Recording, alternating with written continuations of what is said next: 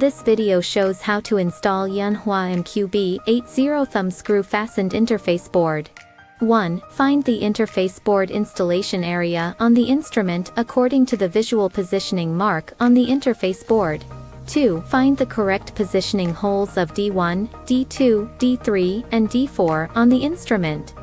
3. Align the interface board with the screw fastener holes and D1, D2, D3, and D4 positioning points. 4. Press the interface board down with your left hand, tighten the locking screw with your right hand, the installation done. 5. Confirm again that the interface board D1, D2, D3, and D4 positioning pins are completely aligned with the D1, D2, D3, and D4 positioning holes of the instrument.